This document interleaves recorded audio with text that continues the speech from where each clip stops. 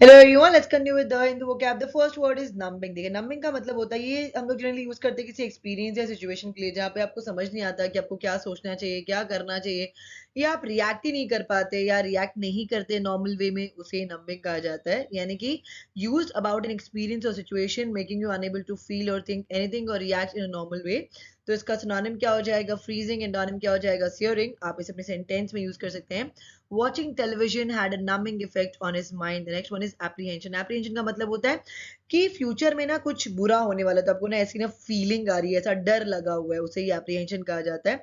So apprehension is a feeling of fear that something bad may happen, यानी कि संशय, भय, चिंता, उसे ही एप्रीहेंशन कहा जाता है। तो इसका सिनोनिम क्या हो जाएगा? एंजाइटी और फियर। एंटोनिम क्या हो जाएगा? बिलीफ। आप इसे अपने सेंटेंस में यूज कर सकते हैं।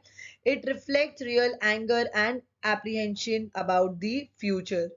मार्ड। मार्ड का मतलब होता है कोई चीज खराब कर देना, क्षति पहुंचाना, बिगाड़ देना, उसे ही मार्ड कहा जाता है, यानी कि टू हार्म और डैमेज समथिंग गुड। तो इसका सिनोनिम क्या हो जाएगा? डैमेज। एंटोनिम क्या हो जाएगा? रिपेयर्ड। आप इसे अपने सेंटेंस में यूज कर सकते हैं।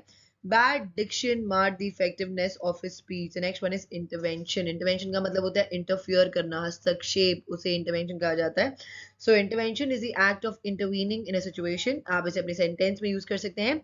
Military intervention will only aggravate the conflict even further. The next one is reluctance. Reluctance का मतलब होता है कि आप कोई काम नहीं करना चाहते हैं क्योंकि आप श्योर नहीं हो उस चीज के बारे में, या आपको लग रहा है कि वो चीज सही नहीं है, उसे reluctance कहते हैं, यानी कि ना hesitant.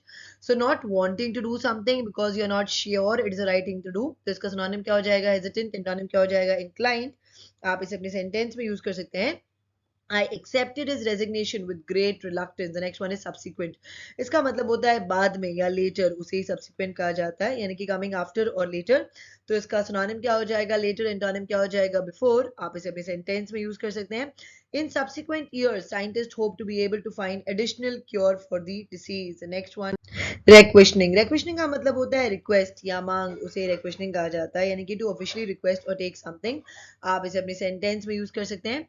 The army requisitioned all the cars and trucks they could find. The next one is haphazard. Haphazard का मतलब होता है कोई चीज अगर बुरी तरीके से ऑर्गेनाइज्ड है या कोई पर्टिकुलर ऑर्डर या प्लान नहीं है, लेकिन रैंडम है, कोई चीज अगर ना अव्यवस्थित है, उसे ही haphazard कहा जाता है।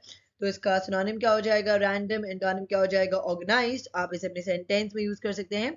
He tackled the problem in a typically haphazard manner. The next one is resistance. इसका मतलब होता है किसी चीज को अपोज करना, उसे ही रेजिस्टेंस कहा जाता है, यानी कि trying to stop something from happening और to stop somebody from doing something और फाइटिंग बैक अगेंस्ट समबडी और समथिंग, उसे ही रेजिस्टेंस कहते हैं। आप इसे अपनी सेंटेंस में यूज कर सकते हैं। After some initial resistance, the city council warmed up to the proposed development plan. The next one is stake. Stake का मतलब होता है a part of a company etc that you own usually because you have put money into it, यानी कि अगर किसी company में अगर आपने कुछ पैसा इन्वेस्ट किया हुआ है, तो वो जो पार्ट है कंपनी का, जितना आपका ना इन्वेस्टमेंट है, उसे ही स्टेक कहा जाता है। तो इसका सिनोनिम क्या हो जाएगा? शेयर। आप इसे अपने सेंटेंस में यूज कर सकते हैं। If I invest in your business, I expect a stake in it in return. The next one is fray. Fray का मतलब होता है, देखिए, if a person's nerves etc. fray or become frayed, he or she starts to get annoyed. यानी कि अगर आप ये वर्ड कहीं पर भी फ्रेज सुनते हैं ना, तो मतलब कि वो पर्सन वहां पे ना annoy हो रहा है, उसको गुस्सा आ रहा है या उसको बहुत चिड़चिड़ाहट हो रही है, उसे ही फ्रे कहा जाता है, यानी कि थकान आदि से खींचकर व्यक्ति का क्रोध में आना, उसे ही फ्रे कहते हैं। तो इसका सिनोनिम क्या हो जाएगा? ब्रॉल। आप इसे अपने सेंटेंस में यूज कर सकते हैं।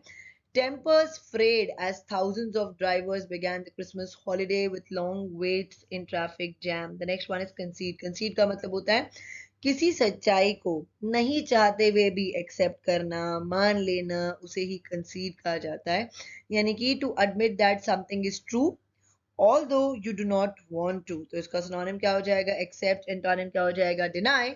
आप इसे अपने सेंटेंस में यूज कर सकते हैं। He kept on arguing and wouldn't concede defeat. The next one is extraction. Extraction का मतलब होता है कोई चीज निकालना with force, उसे extraction कहा जाता है, यानी कि the process of removing something specially by force.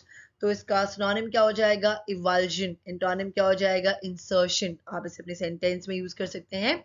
The extraction of minerals has damaged the countryside. The next one is debilitation. इसका मतलब होता है serious weakening and loss of energy, यानी कि बहुत ज़्यादा कमज़ोर हो जाना, दुर्बल हो जाना, या बिल्कुल भी एनर्जाइज फील नहीं करना, उसे ही डेबिलिटेशन कहा जाता है। तो इसका सिनोनिम क्या हो जाएगा? वीकेन। एंटोनिम क्या हो जाएगा? स्ट्रेंथन। आप इसे अपने सेंटेंस में यूज कर सकते हैं। Huge debts are debilitating their economy. The next one is chaos. chaos का मतलब होता है स्टेट ऑफ ग्रेट डिसऑर्डर और कंफ्यूजन, उसे chaos कहा जाता है, यानी कि ना घोर अव्यवस्था। तो इसका सिनोनिम क्या हो जाएगा? हैवॉक। एंटोनिम क्या हो जाएगा? ऑर्डिनेस। आप इसे अपने सेंटेंस में यूज कर सकते हैं। The chaos in the cafeteria began when one student threw his lunch at another student. Next one is wake up call. Wake up call का मतलब होता है if something that happens is a wake up call, it should make you realize that you need to take action to change a situation. यानी कि ये एक है ना अलार्मिंग बेल की तरह होता है, वार्निंग की तरह होता है, साइन होता है कि अभी आपको ना चार्ज लेना चाहिए कुछ करने के लिए। समझिए कि अगर आपका ना एग्जाम है अगले हफ्ते, ठीक है, तो ये आपके लिए एक वेकअप कॉल है ये वाला हफ्ता, कि अभी आप पढ़ना ना शुरू कर दीजिए। दांत में अगर आपके ना कैविटी हो गई है तो एक वेकअप कॉल है कि चॉकलेट खाना बंद कर दीजिए, ठीक है। आप इसे अपने सेंटेंस में यूज कर सकते हैं।